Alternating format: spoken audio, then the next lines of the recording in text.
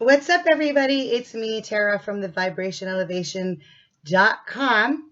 And I wanted to take some time today because I wanted to talk about life and what it is all about. What free will is, what the path of life is, our chosen life path, destiny, and bring it all together for you so that it makes some sense because everybody wants to know, why are we here? Hi, my name is Tara, and I'm here to help raise the vibration of elevation. I hope that you'll enjoy my channel and that you'll take the time to go ahead and like and subscribe now. Thanks for joining. So we've got the topics of destiny, our chosen life path. We've got the topic of free will, and we got the topic of karma to discuss today. Are you ready? Every soul is born with the topic of free will, with the choice of free will. But what the heck does that mean? How is it possible that we have free will if we have a predestined life path that we chose on the other side before we incarnated into this lifetime? What causes the limiting beliefs that we have is the past actions or the social or societal conditioning of what we are supposed to believe to conform to society. No. That is your ego being sucked in, and you will have nothing less than full potentiality if you allow your ego to interject. This is where you have to realize that the soul and the ego are two separate things. They are encompassed in one, but the ego wants to take over. The ego wants to believe it's all about me. It's all about what I'm doing. It's all about my actions. There is no other. There is no other experience other than my experience, where the soul realizes that it is all one collective experience for all of us to go through. What I do affects you. What you do affects me. So be done. So when you're being sucked into the realm of the ego and you're being stuck into those attachments of the past or the conditioning of society and the conditions of what you have been through, this keeps you stuck and complacent in the past. It keeps you attached to the ego. This hinders your soul's development, which is why you're here in the first place, is to develop your soul, to elevate, to rise above, to learn these valuable lessons so that you can progress forward through the soul's evolutionary process. Having faith in your soul's ability to create your life path on the other side before you even get to this lifetime comes with the knowing that your soul's life choices and lessons are your human experience to apply your free will to. Your life and your daily engagements are going to present opportunities to achieve these lessons to you, but the determination is, are you going to remain stuck in these old patterns or move freely through these lessons and evolve your soul and raise the elevation of your own vibration? Listen, free will cannot control the circumstances and the situations of what life tosses our way. We can only control how we respond to these situations. Those choices that we make are our own free will, but you can't have the free will that you desire if you are actually living a life that is preconditioned. You have to break free of those societal and parental conditions and remember who you are in order to apply free will choices. These are our responses, not our reactions to what life has to offer us, to the own lessons that we signed up for while we were on the other side. It's the choices of how we respond and not react that encompasses our free will. So having a will is a part of the essence and quality of the soul, an aspect of your soul. If the aspect of will identifies with your ego, you're never going to have true access to free will. This creates what's known as a false will, which everybody goes around and tells you that you have free will, but actually you're acting on false will because it's recognized with the societal conditions, with the programs, with the behaviors that are coming from the past that need to be broken free from. This is when you let go of that false will. This is the ego's version of what the soul's aspect of will is when you're in the false will. When you're based on the ego's fears and coping strategies, this will conflict with life. And life is a universal will because, again, what I do affects you. What you do affects me. It is ever-flowing universal energy, and only the ego thinks it's about just themselves.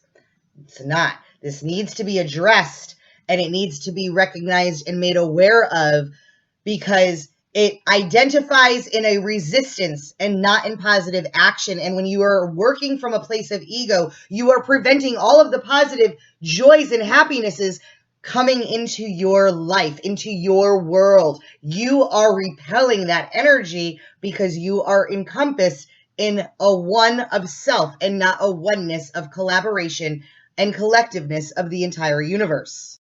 So to overcome this, you need to be engaged with life. You need to be attuned to the life energies and allow life to unfold naturally without resistance and choose the appropriate response, not reaction, to how you deal with that situation. Free will is not trying to force or make things happen. Intention is consciously committing to how we respond to those events and not trying to control those events, okay? The mind, the body, the soul connection. Every morning we should wake up and we should reaffirm that we are going to choose how we respond to life, not try to control life. When we try to control life, we wind up in misery. We wind up in ego. We wind up in those lower vibrating energies and feelings that we do not want to be a part of. You may not be able to choose the happenings of your life, but you do get to choose how you respond to those situations.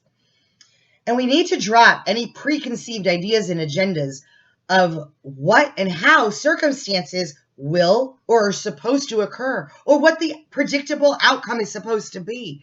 That is not part of free will. That is part of life unfolding. Free will, once again, is how you're going to choose to respond to those situations, how you're going to choose to respond to those events. Set the intention to evolve spiritually, psychologically, intuitively, creatively, peacefully, and patiently into being a more awakened and enlightened spiritual soul that is here for the life's journey to get the lessons and the blessings so that the soul can evolve and raise the elevation of vibration to the next place. Karma, I love karma. Karma is a Sanskrit word for action. A lot of people think of it as the consequences for the actions that you have taken, or the law of cause and effect, really. People think that there is suffering in karma. Suffering is not because of karma. Suffering is part of a life lesson.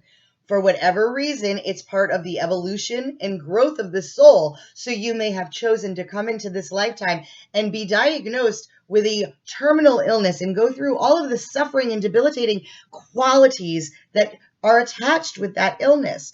That suffering may be because you did not understand suffering for somebody else in a past lifetime, and you wanted to understand it firsthand on your own so that your soul can evolve and grow from it, okay? But that is not the same thing as karma. That is completely different. Karma is not a divine justice or a retribution.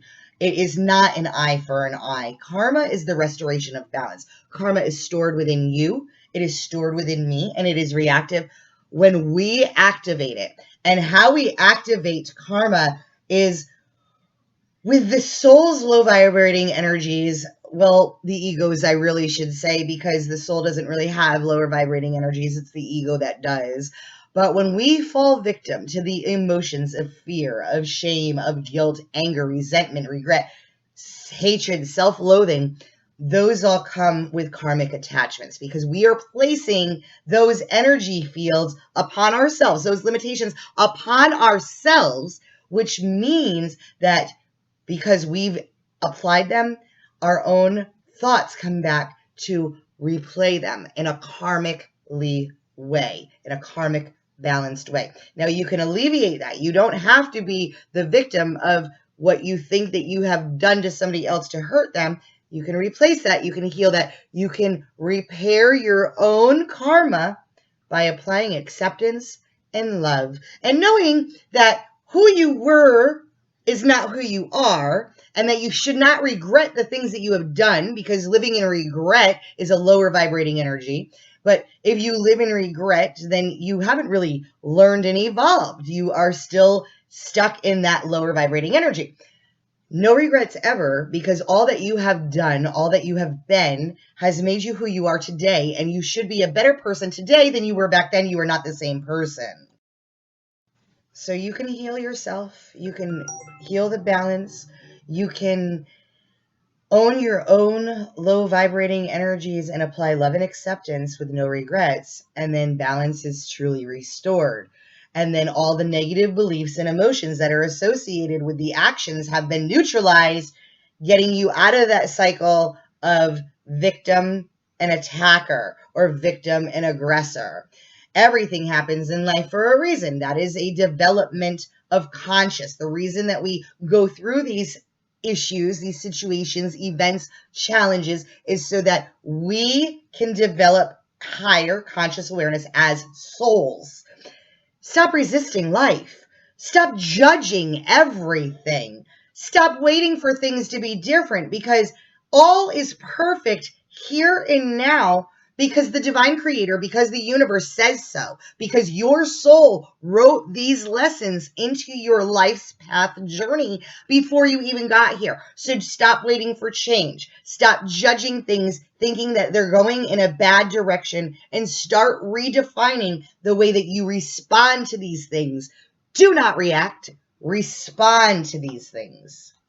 The ego is never going to accept that bad things happen to good people. The soul knows that bad things happen to good people so that they will learn how to evolve spiritually through their progression of the elevation and elevation of their own vibration, to how to get to the other side, how to be more spiritually aware, how to be more spiritually in tune, okay? But the evil behaviors that result from bad behavior, from not being corrected by living in a place of ego, is the result of highly disturbed ego structures. An ego structure is a childhood trauma or a confusion, a chaos that was left unhealed and unaddressed from childhood. These traumas and confusions are resulted from innocence, immaturity, and incapacity to deal with such big challenges, such trying times, such higher sustaining principles, so to speak, than the older mind. The younger and immature consciousness is having a very hard time dealing with things and overcoming the challenges that had been presented to them at childhood, which those events leave a trauma on. And those childhood traumas cause these ego structures, which allow for the ego to act in malicious and evil ways. This means that when people are doing evil behaviors to others, it actually is stemming from a place of innocence, and that it really needs to be addressed and healed with love, compassion, and understanding and acceptance, but not from others, but from that person, so that they can evolve their soul out of the cycle and then apply free will and choose to act differently in how they respond to different events. The price of free will is karma, and that karma is attached to us, to our emotions, to the things that we've been through, and what we expect from those actions as a result. I do hope that this has been an informative video today. Go ahead, give me a quick like and subscribe. Smash on that bell notification so you will be notified when I upload new content. Thanks, guys, and peace, light, and loving service. Namaste.